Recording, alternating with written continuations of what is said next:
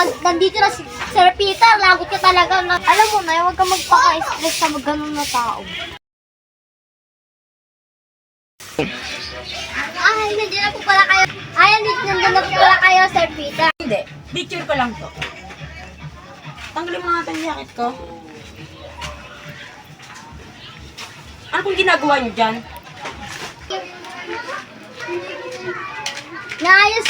Inaayos ko lang po pala yung halaman. Ano inaayos mo dyan? Yung pagkain ko, ayos na ba? Hindi pa po eh. Magluluto pa lang po sana ako. Bigla po kasi kayo dumating.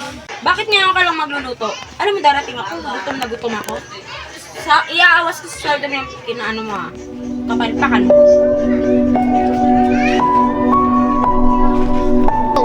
Che! Oh!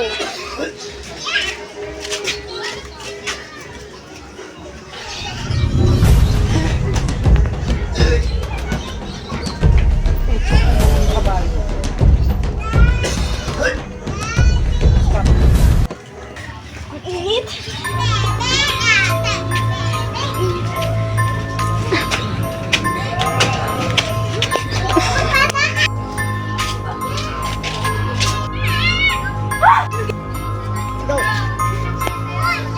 Ako nga pala si Dubayo, ang reyna ng mga kabayo. Narito ako para parusahan ka.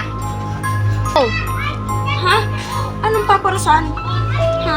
Anong ginawa ko? kasi naman it. Ay. Naalala mo ang ginawa mo sa isang kabayo? Naglalakad ka noon at may nakita kang mga kabayo. Natutuwa ka sa kanila kaya sila'y iyong pinasok.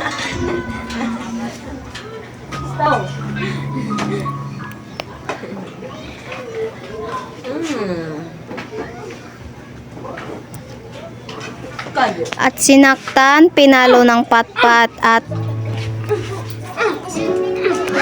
aksidenteng napatay.